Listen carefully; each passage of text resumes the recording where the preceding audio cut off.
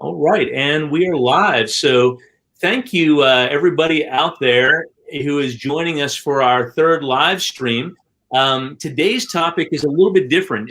Week one, we spoke about disinfectants, endless disinfectants, specifically the Dutreon line, and that was really more of information because of, there was a launch going on and things like that. Last week, we laid some groundwork and we extensively went to the S520 to talk about proper mold remediation. What is mold remediation? How it's different from simple stain removal or the use of antimicrobials to quote unquote kill mold. And so we laid the groundwork for that. Today, we are joined by some industry professionals to talk about moisture controls. And even if you go to the S520, and we're on page 22, page 22 speaks specifically about moisture controls. So the question is, are moisture controls necessary? If so, in what capacity?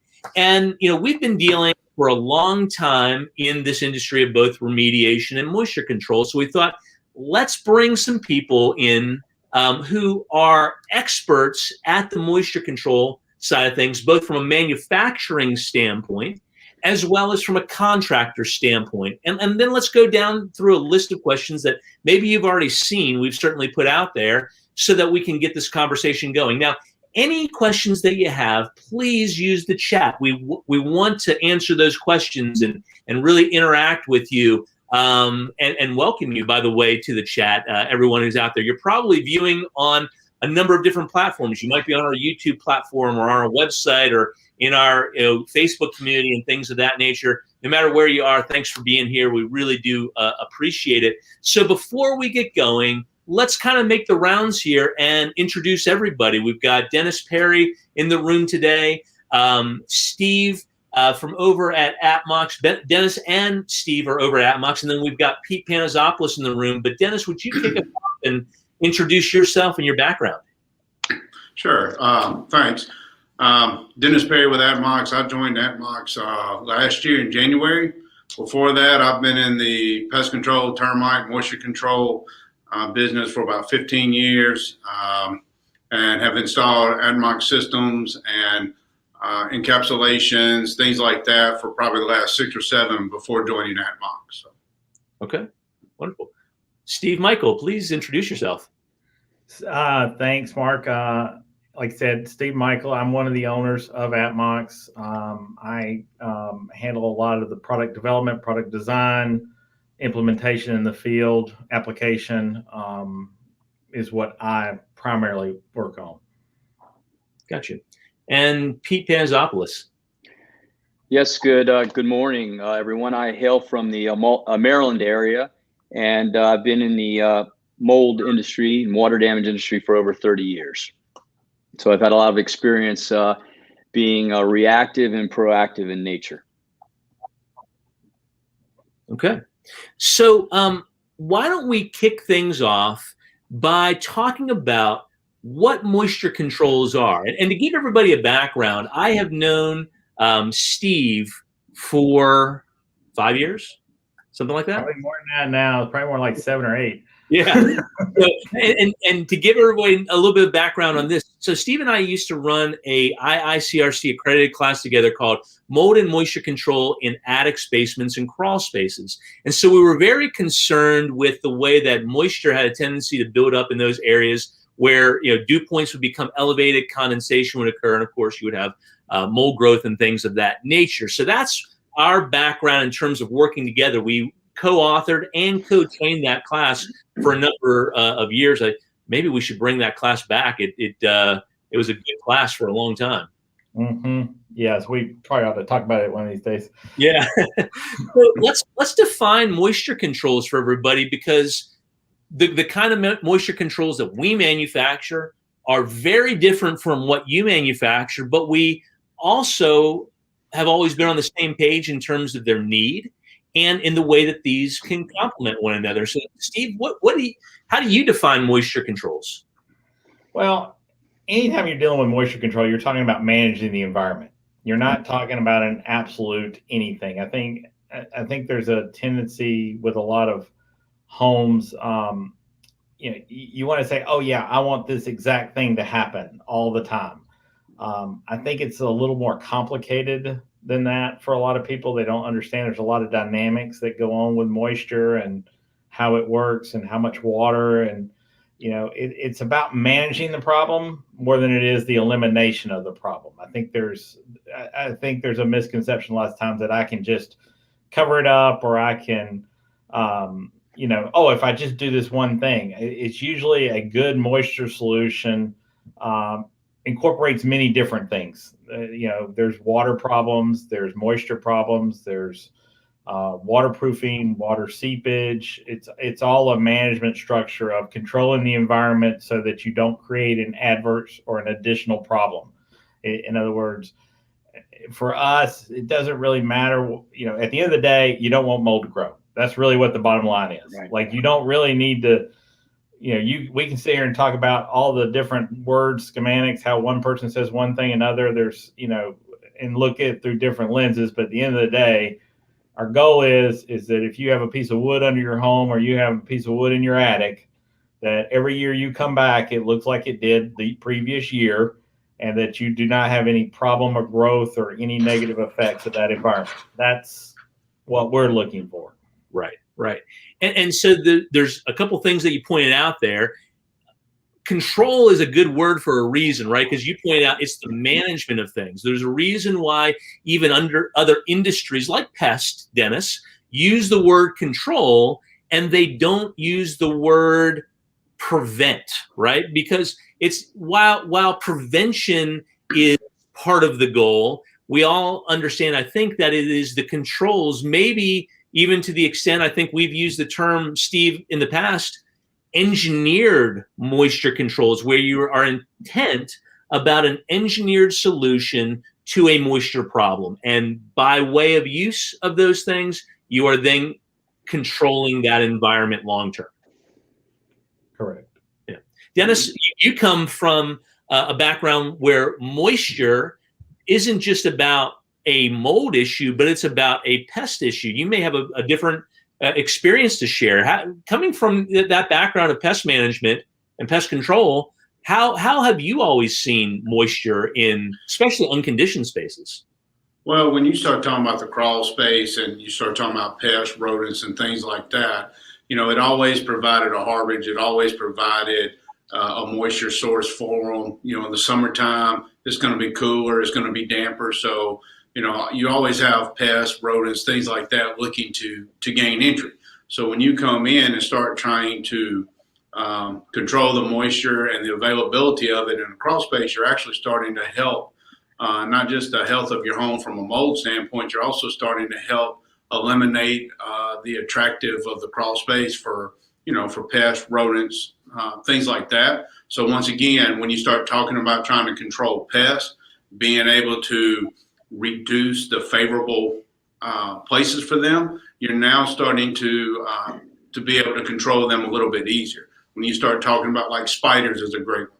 Spiders are always going to be located where there's a food source. So if you have a moisture issue in your crawl space, you're always going to have pests in your crawl space. So spiders are always going to have a food source. You control the moisture, you control that environment, you dry it out.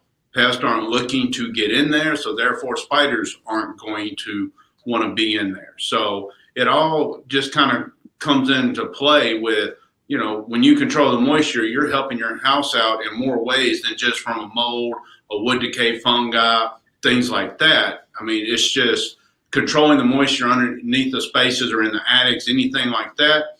It just builds on all the issue for your overall health of your home.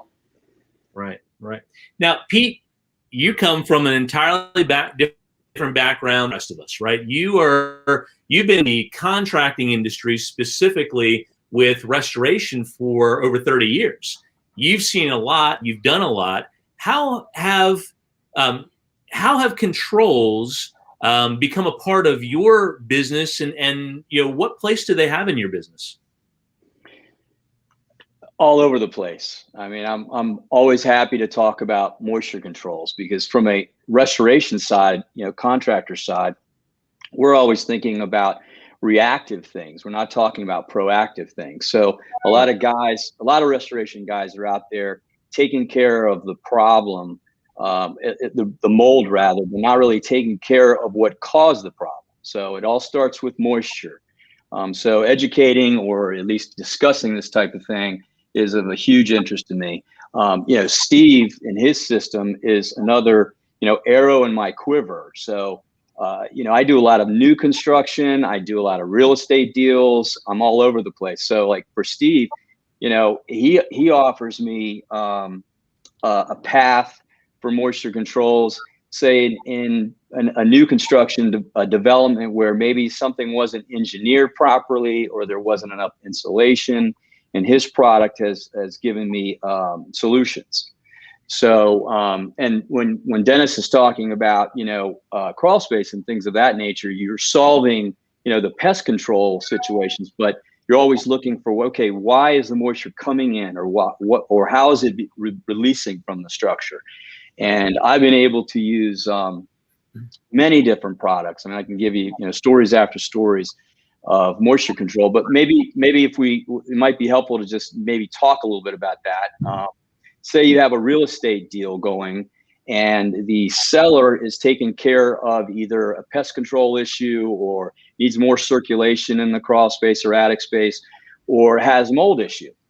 They're perfectly willing to take care of that problem to sell their home, but they're really not interested in solving what might have caused the problem. So moisture controls play a huge part in that, allowing to actually add value to the property, similar to like Tyvek wrapping in a house. It's actually an upgrade when you consider preventing moisture from coming in or releasing. So I spent $3,000 for Tyvek when I wrapped my house 10 years ago. So I know that these are things that add to the bottom line. So going back to that real estate transaction quickly, the seller doesn't want to pay for that, but the buyer certainly would be interested in knowing about moisture controls. So they're not facing the same problem in a couple of years. So that buyer actually is a potential customer to the restoration side of things, to tell them about these type of products that are out there.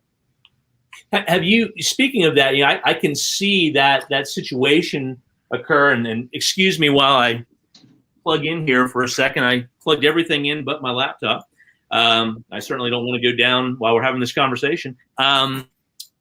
You were kind of alluding to the fact that you did say the buyer doesn't want to pay for the moisture controls. They only want to pay for the remediation, right? Correct. What does that conversation sound like? And how easy is that to have with buyers who they're wanting in the transaction to make sure that they're not going to have a future problem? What does it sound like to them to not kill the deal, right? But to rather allow them to have the opportunity to put those controls in place that the seller doesn't want to pay for?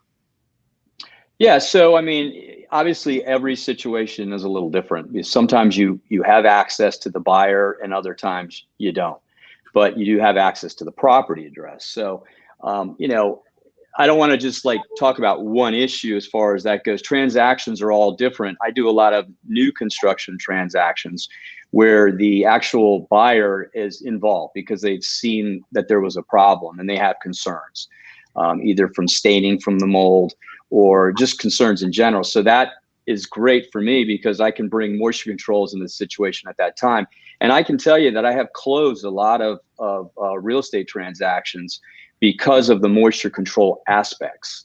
To give you an example, it might be, like I said, it might be some residue staining left over from a mold remediation job where we can apply a MaxGuard product that is white nature antimicrobials.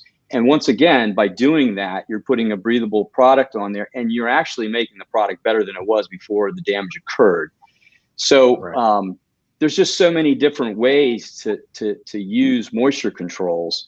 And it's pretty easy. Well, once you understand what you're doing, there's a profit margin line there for you. There's also differentiating yourself from the competition. You're actually, you're caring about your customer, whether it's a buyer or a seller. I've had many buyers do both, Right. Steve would obviously be able to speak on his system where, people need answers. You've got a crawl space that's not breathing properly, and not every situation has one way of doing something. It could be a combination of chemicals that need to be applied, moisture controls rather, and an Atmos system, for example. So hopefully I've answered the question for you there, Mark. So let me pick that ball up there then, because a lot of people who are viewing this for the first time may not be familiar with Atmos. So let me give my spin on it, and then Steve, I'll throw it over to you.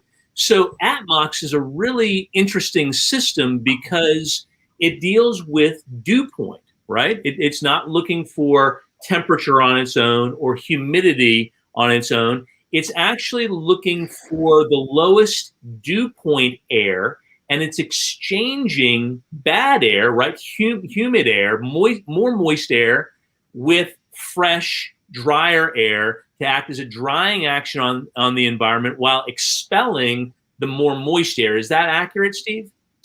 That is, and especially so when you're in the attic. Mark and I have, this is the first time Mark and I have gotten caught up together because we've both been pretty busy for a while. But we've gone in and, over the last year, we announced a new product last year, and our controllers have changed over because we've completely, kind of went from scratch. Because you bring up to this point of that every solution is different. Different people want to do it different ways to control it. Let me take a step back and say for us, one, we fundamentally believe that every environment needs fresh air at some point. Okay. Like I do not believe any air should be permanently stagnant because there's so many variables. And, with today where we are in the last year of what we've gone through, everybody is starting to understand the importance of fresh air again. Okay. With that said, the way our controller, we've re-engineered the way the controller, where it activates things like that. So we have to use less fans. But essentially what our system does is number one and foremost, like you're talking about, controls for a homeowner. They need to be able to see what's going on. They need accurate information because people do not like to climb around their attics. They do not like to climb around their crawl spaces. So you need something to alert the customer if there's a problem. So we have a display that goes up where the homeowner goes. We have the ability to detect if things are going wrong, if wood moisture is going out of range, if humidity is going out of range over a greater period of time, so we can let the customer know that there's potentially a problem, because you can do the best moisture solution in the world and all it takes is a broken water pipe and you got a new problem that nobody knows about. So our controller does that to start with. Secondly, what we then do is our controller, like Mark talks about, which is our traditional way of looking at it, which is where we have a dew point comparison between the inside and outside. We traditionally use a louvered fan so that basically when we're not running, when the outside air is not beneficial to the home, we will never bring it into the home. Okay. But unless we have a health situation or something like that where we need fresh air more often. And then we have the ability to, if that air is good, to use it. If that air is not good, then we have the ability to engage a dehumidifier or some secondary means of drying, house air, negative pressure fan, whatever the scenario you think we need to engineer to solve the problem. We work with a company to develop the program that they feel most comfortable with in the way they want to design it. So, and we try to give them a great deal of benefits. So where several years ago we had a very specific way of doing it, now our control is a little more flexible for different people to do it different ways. But make no mistake, our core thing is we've got to get air through an entire space, and we've got to get air. We should have fresh air at some point in that environment. Right. Now, one of the things I always have loved about Atmos, in addition to its benefits to manage moisture in things like crawl spaces, unconditioned basements, even heck, barns and things of that nature, warehouses, is also its benefit in the wintertime in an attic space. Could you tell everybody a little bit about how you can prevent things like ice damming with the Atmos system? Because I think that there are a lot of people in like the Midwest and Northeast piece that could really use to hear this solution? Well, the thing about it is everybody, at least everybody in the South, and a lot of people, they understand the crawl space problem. You got water coming in, you got a moisture problem. Summertime goes, it's hot, it's humid, the air is not very beneficial for the space, and therefore, in other words, if you bring any of that air in, you make the problem worse instead of better. They're used to that idea. The tricky part about attics is the situation is actually reversed. The outside air is generally dry enough, but it makes the attic cold. And then the homeowner generates the moisture inside the envelope. And if that moisture gets up in the attic and it comes in contact with the roof deck is cold like a glass of ice water and you get condensation. If you don't have a ventilation, you don't have a means to get that out because the outside air is dry enough. But if you don't have the means to get it out, you're going to develop a moisture problem. Now, in addition to that, if you have a place with heavy snow, you have the situation that, especially like if you have a ridge vent or something like that, the vent is completely closed up. And if you end up with too much heat in the attic from your house, it can start the roof deck to melt moisture.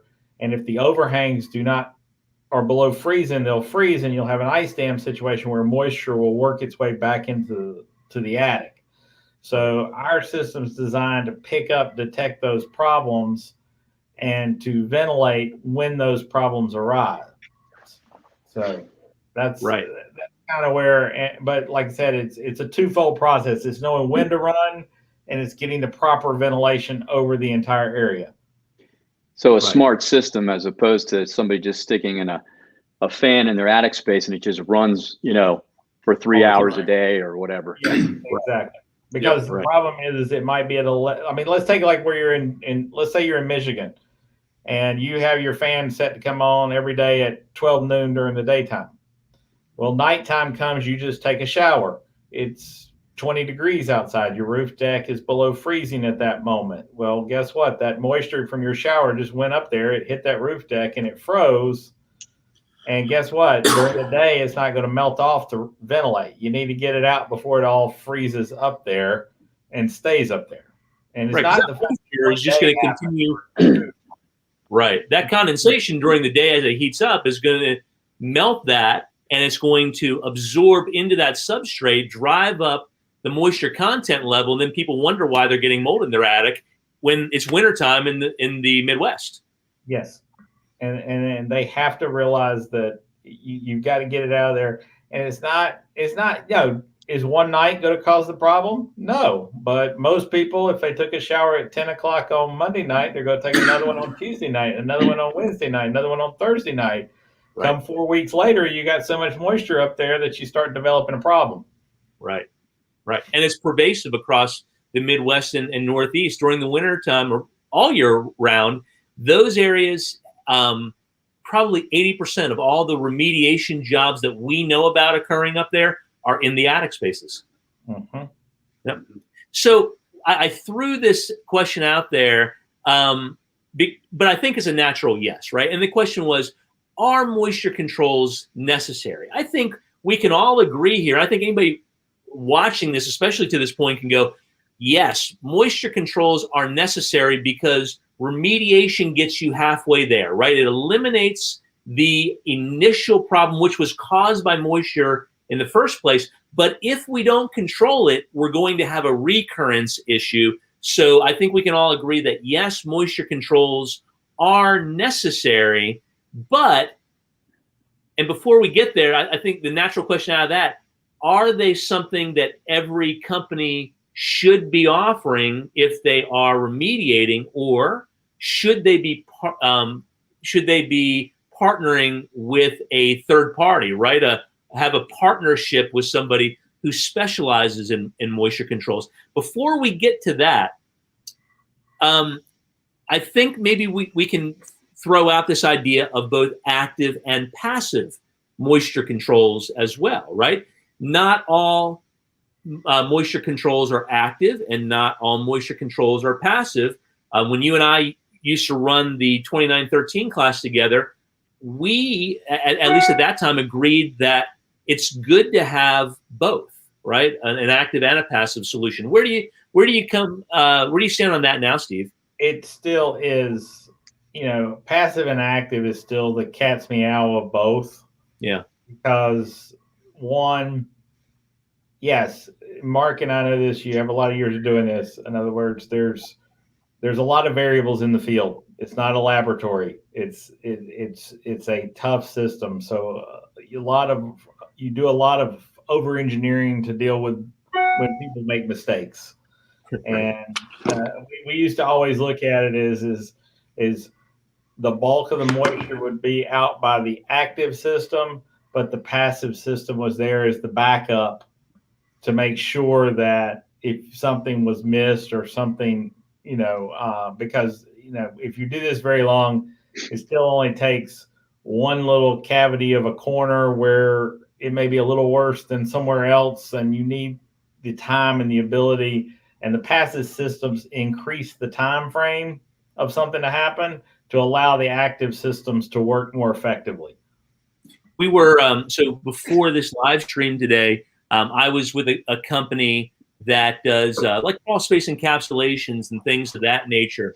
And we were talking about, their goal is, of course, every year to get back into the home and do any maintenance that's needed on their dehumidifiers and things of that nature, which is part of an active system. But of course, they're using things like vapor barriers to suppress moisture from the ground, which is a passive system.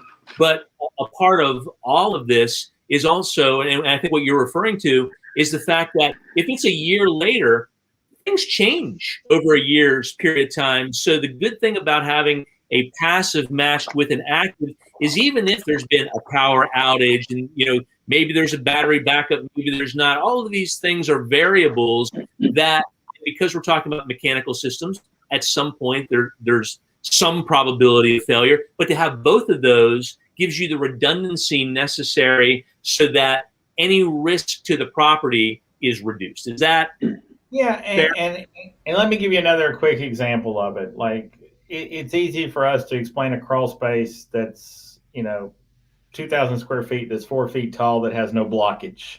Mm-hmm. You can put a dehumidifier down there in a closed crawl space and it will probably be fine. That's not reality. Most crawl spaces that have problems are 2.5, 3 feet tall. They've got air conditioning systems. They've got ductwork through there, and you put a dehumidifier in there, and rarely do you ever have the exact, it's virtually impossible to have the exact same humidity in an environment. It's virtually impossible. If we really want to talk about it, it's an absolute impossibility. So if you end up with a lot of ducts in there, this is what our system is very good at. We control the dehumidifier. If you want to run our controller in a closed crawl space, we can put it in that mode. We can have our internal fans move air into the corners and the cavities and the quadrants. And then we get a much more even drying action, which is better. But even with that, you can certainly have certain areas that are very hard to ventilate because of ducting wrapping around areas. And, let's put it this way. If you put a glass of ice, you could have a 50% humidity environment in your crawl space. You go down there with a glass of ice water, you're going to have condensation. You have it there long enough, you're going to have mold. Okay. Right. And that is the point I'm trying to make is that, the goal is that's where the coatings give you that little extra help in those little cavities and corners and nooks.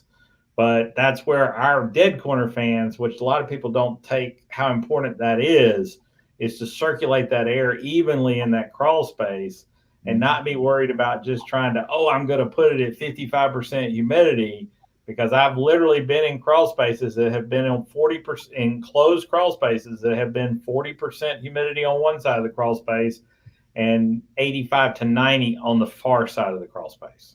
Yeah, what you're saying there is very close to what we, over on the remediation side of things, we would say, well, gosh, you've got condition 1, 2, and 3, right? Our desire is to get back to a condition 1 environment, which means that the interior ecology, mold-wise, spore-wise, is equal to or less than the natural exterior ecology. Condition 3 is when you have active mold growth that's visible in an area, but it might just be in a corner of a space, right? Likewise, what you're saying, Steve, is like you can develop microclimates and things of that nature if you don't have the right circulation of air and airflow and things of that nature that can lead to these areas once more that you haven't properly engineered a system to resolve. And that's really part of the magic of the Atmos system.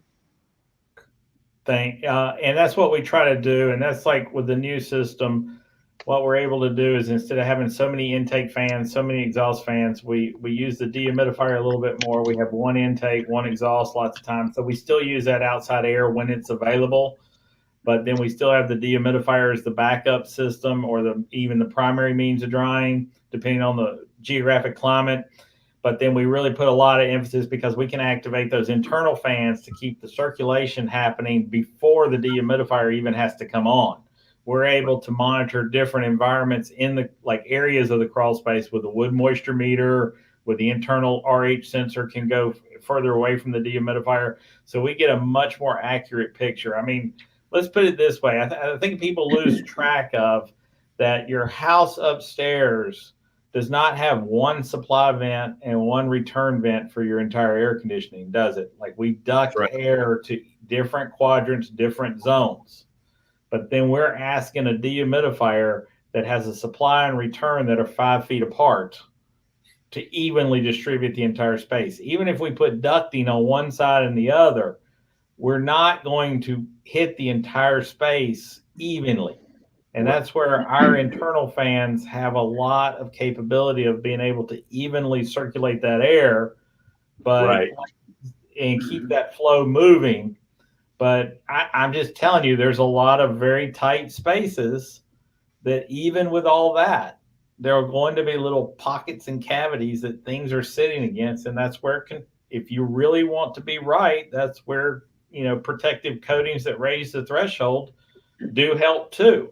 And our theory has always, this is what's a difficult problem with the situation is it's more common sense than anything else, but you have to realize that you cannot apply the same solution to every house you do.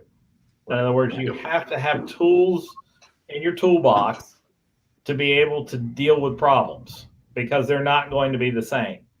And that's a big part of what, the goal is the people that are your most successful people are the people that have a big toolbox and they can walk in there and they can figure out what tool they need to pull out to fix that problem. And I'll add one thing to that, because it's one thing I've always appreciated in working with you guys. And it's important to have a relationship with the manufacturer who can help you use those tools surgically, right? Yes. It's very different from having just a big box distributor who's selling something that doesn't have the expertise to really help you solve that problem. You work direct, just like we do, with customers to solve problems every day. Correct. And Steve, forgive me if I'm wrong. You're giving away a free system to everybody today, right? I think you're wrong on that. But yeah. So, but I think like, for example, another thing that we put in our and you talk about the controls and the inspections and everything else. We've added into the system. Our system hooks up all our components with low voltage wiring. We actually have lights that wire into the controller and turned on from the control panel, once again, for inspections to keep up with what's going on. So there's a lot of put in there to be able to deal with these things. Like I said, we've been highly successful in the attic environments of solving the moisture problem. The crawl space, the same thing. We've tried to make it where different applications, like we have a lot of houses with wall insulation versus floor insulation. That's changed a lot in the last 5 or 6 years. We have different settings to be able to deal with that environment to maximize air quality, energy. We have a lot of people that want to run a 55, 60% relative humidity crawl space, but they may not. But we also may worry about air quality. So we have a time system into it so that once a day for an hour, we can put fresh air in that environment so that we know that we're keeping the maximum air quality, but then we're also putting the controls in place that we don't develop a moisture problem. Because even Right. if you're in Florida, even in our system normally runs on dew point, but if you're putting it in Tampa, Florida, it's still going to be 8 months of the year. It's going to be running on a dehumidifier. It's not going to be running on outside air. Well, 8 Right. months of a house with no fresh air is a problem. So we may say, well, once every 2 days, we're going to run for an hour to change over the air into space, put fresh air, let the computer take it back to the dehumidifier, let the dehumidifier control that environment just like a closed crawl space. But then 2 days later, we change that air out. It gives us a real advantage on a lot of these environments. So, and then we have customers that they're using house air. They want a constant negative pressure. We can incorporate that. We still fundamentally core believe that a louvered intake fan, a louvered exhaust fan, and never run them until the dew point outside the dryer is the best approach. But not everyone wants to take that approach. So our controller is designed to adjust accordingly to what we feel comfortable with, what you feel comfortable with, what dynamics you want to hit. We'll teach you how to set it up to hit the numbers you want to hit. Got it. So if I may just I'm sorry, go ahead. Yeah. Before we do, I just want to recognize we've got a user on the Facebook side of things checking in with us from NOLA. Hey, down there, guys. And thanks for joining us, Piedmont Home Services from Winston-Salem, North Carolina. Good to see you guys here today. Let's take it back to the contractor side, because a lot of people who are going to be viewing this are going to be contractors, and they're looking for those engineered systems and relationships that they can rely upon. And the question that I have is, it starts with part one. And Dennis, let's talk about it, because you come from a contracting background as well, but on the pest side and dealing with moisture. How do you know if moisture controls are something that you should add to your business? I've always been one that looks, and I think moisture controls are a critical part of any type of, when you start looking at doing any type of mold remediation, anything like that, as to, I always want to do it because, number one, I never wanted to sub out to somebody that could take a customer or, anything like that. Plus, I wanted to be able to control the service. I wanted to have my team that I knew when we got out there that it was going to be done the right way, installed, controlled, and all that. Plus, when you're talking about like AdMox and these other ones, putting your vapor barrier down, wrapping the walls, your piers. When you're starting to talk about AdMox, it's low voltage wiring. So you're not needing to bring in like an electrician. You're not needing to worry about getting shocked or, anything like that. It all goes in very simple. So when you look at the solutions and you look at the options, I mean, it was a no-brainer for us, because this is something we could incorporate really easy, develop our team. They actually enjoyed going in and taking the challenge of saying, okay, where do we put the fans to make sure we're circulating the air right? Okay. And then once you get it in, it's just something else that if you're putting coatings on the wood, you're, doing mold remediation, you're being proactive or reactive, whichever way. Now you're giving that whole solution and you're making sure it's all done right. So that was where we wanted to make sure we incorporated the moisture control with our services, because we wanted to make sure that it was done to our specifications, done to ours. Plus, if we were going to do the renewal service or the service contract and come out, we needed to make sure we understood it to where we could check it, service it, things like that. Right. So what I'm hearing is equally important to having the right solutions is the right solutions that are easy to implement into your operations, number one, right? And then you had also mentioned control. Long term, as the contractor, you didn't want to have to look to some third party to give you some sort of guarantee that things were done right. You wanted to make sure they were done right yourself. Correct.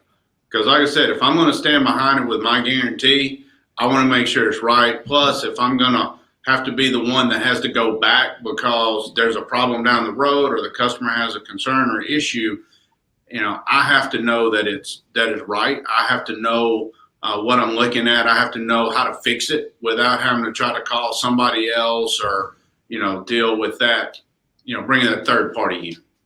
Right. And that's something we should get back to. And I put a question in here so that we do, and that is guarantees, right?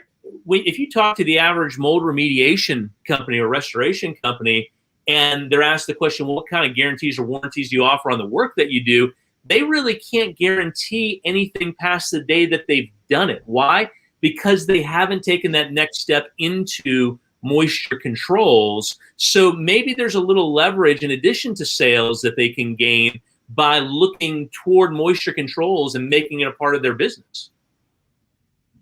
And that's a great point, because if you're offering a service contract and you have these systems, dehumidifier, you have the AtMox, fans and system in, you can charge a yearly fee to come back and, hey, I'm going to run through, I'm going to change the filter on the dehu. We're going to check the fans. You can run through, because from our control box, you can run through and test them to make sure they're kicking on and operating, things like that. Look at the readings so the customer has the value. Plus, you're giving your company an option and a value-added sales option above your competitors, because like you said, a lot of competitors aren't doing this. They're not offering that peace of mind and that service.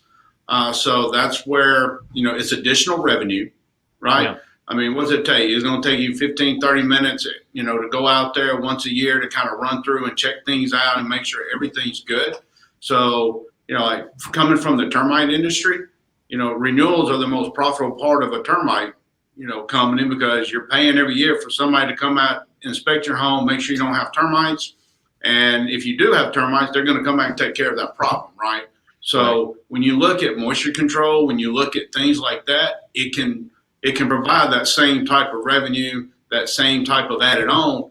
You could even, if you have, and I know this is hard, if you have a slower time of the year, that's a great time to do your inspections to kind of help carry, through that slower time. Yeah, yeah. So, Pete, let me turn to you and ask the question, how can moisture controls help a company that's normally in a reactive state, right? How can moisture controls help you build your business? I think I wrote it in two ways. How can moisture controls help build or grow your business? Well, it can definitely help grow your business. It can double sales. But I think most people think about moisture controls as an after remediation situation. I've actually used moisture controls to help me successfully complete mold remediation jobs. For example, we were doing a commercial 8-pack, I call it, 8 townhouses, and the conducive conditions, which is a huge word for new construction, because you're building in the elements and all sorts of things can happen. We found ourselves in a situation where we started on the first townhouse and we did the next townhouse. And by the time we hit the third townhouse, we were actually getting regrowth occurring because of how hot it was and how much moisture was in the air. So we found that we learned from that experience pretty quickly, and we were able to use moisture controls, actually your Fortify product, because we were able to go in and clean and then apply a moisture control. And there's different levels of moisture controls. So this was a perfect moisture control for the builder, because it allowed us enough time to get through the project. It allowed them to get to a point where they could continue building and get to a situation where there was moisture controls in place, like air conditioning and things like that. So I can't stress enough how much moisture controls can play in a remediation business. So beyond that, once again, obviously, if you're applying different types of moisture controls, and I kind of want to specify that a lot of remediators think there's two types of passive moisture controls. There's so many more out there than that you can offer your customer, and oftentimes pricing is an issue. So why sell something that might be $10,000 when you could actually sell them something that only costs $5,000 for your customer and does what your customer needs it to do? Right. You mentioned a couple of things there. I'm trying to pull these out as we go along. One of the things that you mentioned was how it can help you double your sales. That's a pretty significant statement. We've seen that be true. But then the other thing that you mentioned there is it sounds like you simply made a commitment as a contractor that at the very least, we're going to take the time to educate the customer on both the remediation side of things and the moisture control side of things. So at least it's on the table. Is that accurate? Oh, absolutely. Absolutely. I mean, we do it to the point where, we'll get with our customer and we'll walk them through and educate them, as you said. And the education process is everything because people just don't know. I mean, they're getting different prices from everybody and they're so erratic that you have to walk your customer through what's good for them. We actually offer credit too. So, I mean, if they're not expecting this charge, they just got this huge remediation bill. So having a way to show them, not only walk them through what they really need to do, because sometimes folks just don't have the money, even if you're offering them, a credit situation. But if you educate them and say, okay, I understand you can't do it right now, but now that you're aware of the situation, you can start thinking about financing and figuring out how to pay for it, because otherwise this is just going to happen again. So you just can't, so having a full turnkey solution in place, from remediation to moisture controls and even the financing to go along with that, is key in making a full commitment to your education process, and then making sure that you're able to pull those systems and those sales through every time. Exactly. And we know moisture enters a property and it releases. That's the whole idea. At least if the structure is breathing properly. And some of those moisture controls are from the exterior side of things. So we have ways to prevent moisture, wind-driven rain, things like that from entering into your property, not just from a loss, let's say, of a water damage or a situation like that. Right. So let's talk about that a little bit. We've all had different experiences again. Where is everybody seeing opportunities for contractors coming from? We've talked about crawl spaces. We've talked about attics. What other things are you guys seeing out there that we can, kind of share with the audience that they need to keep an eye on, maybe when they're doing their assessment or their inspection, whether it be outside of property, inside of property? What should they be keeping their eyes open for? Anybody? Well, the best one to answer that, because you've had it with your companies in the past. I'm sorry, I didn't hear what you said. Me? Oh, okay. Yeah. So, for example, a lot of structures that have brick frontage or brick entirely. There's a lot of degradation that can happen with the brick and mortar, and there's ways to actually test that with a Rylum tube testing. It's basically a test tube that is equivalent to 90 miles per hour wind and rain, actually. So you're able to determine if the brick is taking on a lot of moisture, which is obviously going to go into the home.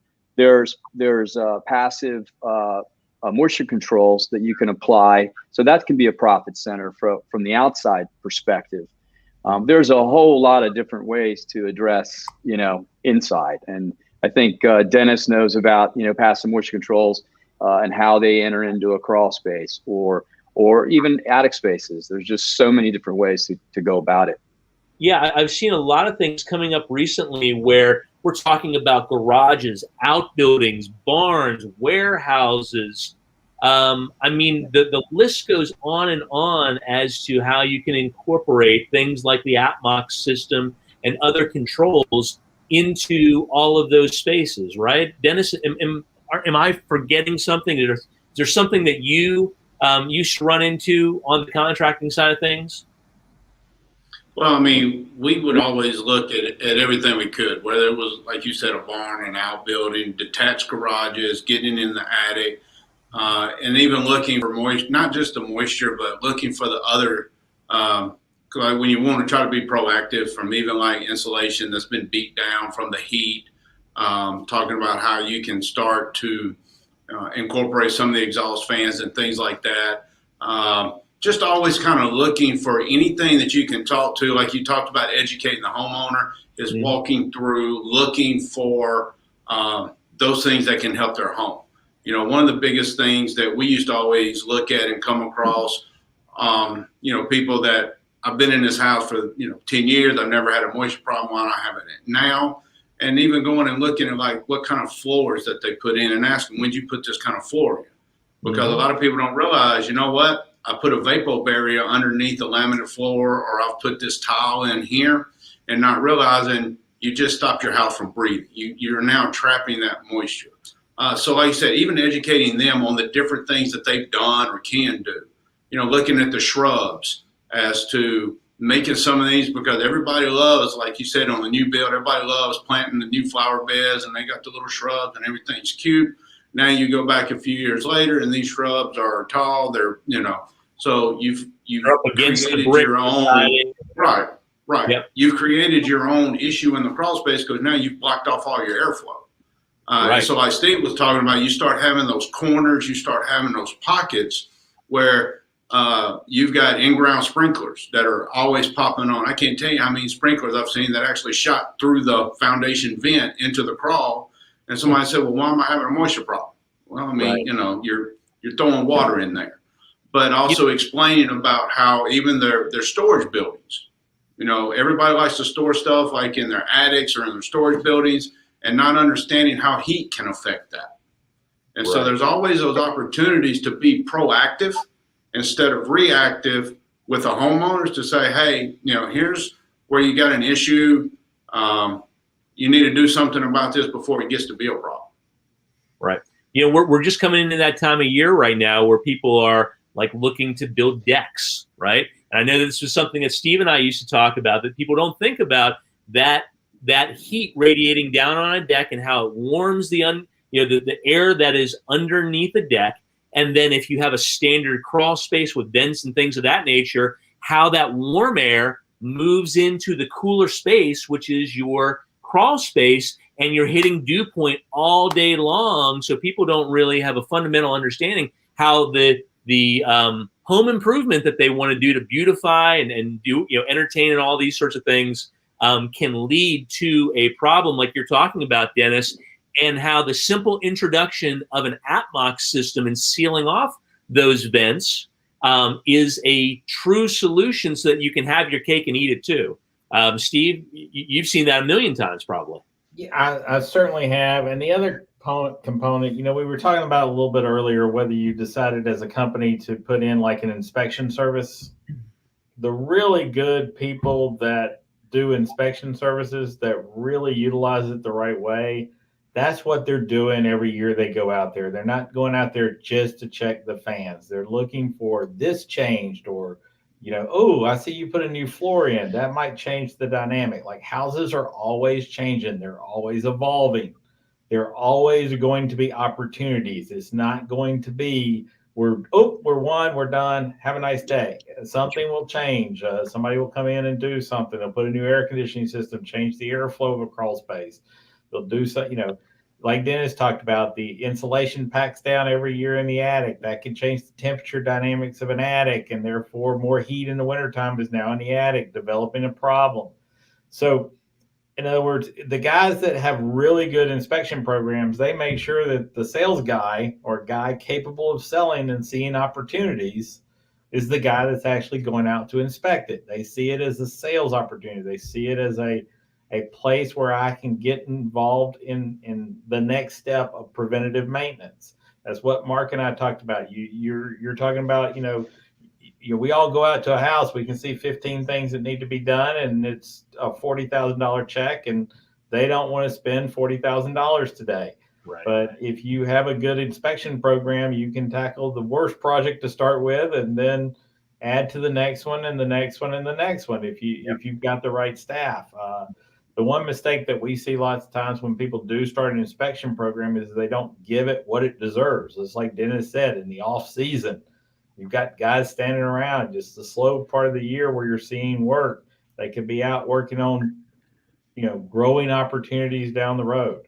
So it's something certainly worth looking into, but it's a way to get you in front of people. Right. Here's Mr. Tyra coming in from Alabama and Mold and Mildew Solutions in Birmingham saying, yes, we educate customers That's just doing the mold remediation is only good if you control the moisture in the space. Yep. So I think that's probably a good point for us to end today's conversation, because next week we're going to be talking about initial inspections, initial assessments, and ongoing assessments, and what those consist of. Guys, can we take some time to make our way around the room and enter into the chat how people can get in touch with you so that they have your contact information, they know your company. And anybody who's going to view this Sunday night or afterwards will also be able to do the same thing. So, Dennis, you're now with Atmos. Have been for over a year now. How can we get in touch with you? Yeah, no, great. And I'll type in my my email and cell phone and all of that. But yeah, no, my cell phone number is 704-681-0147, or you can hit me up at dennis.perry@atmox.com. Okay, great. And I'll .perry@atmox.com. I just posted that to the chat real quick for you, so that's visible. Thank you. Steve, you probably wanted everybody to contact Dennis. That's probably right. I'm going to let most everybody contact Dennis. And then, but I encourage you to look at our website at atmox.com. I encourage, if you haven't looked at, if you're doing your solution a certain way, I want you to think of it. Dennis and I have talked about this in great detail. There's a misconception of there's an encapsulate in the crawl space. The attic, there's nothing like an Atmox system. There's really no better solution for the attic, period. In the crawl space, there's the Atmox system and our traditional way of doing it, which we think is the best way to do it. But there's people that want to do things the other way.